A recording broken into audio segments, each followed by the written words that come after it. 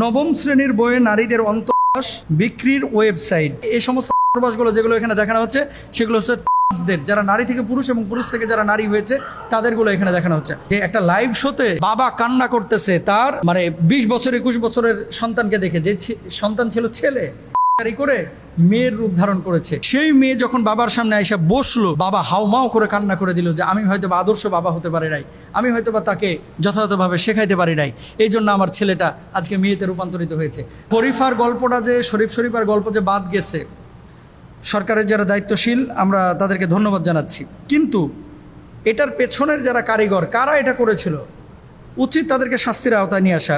সম্প্রতি আমি দেখলাম এই কালকে RTV নিউজ করেছে, RTV অনলাইন, সময় টিভি নিউজ করেছে, সোশ্যাল মাধ্যমে অনেকেই কিন্তু নিউজ করেছে, লিখেছে কি নবম শ্রেণীর বইয়ে নারীদের অন্তর্বাস বিক্রির ওয়েবসাইট। অর্থাৎ ওই যে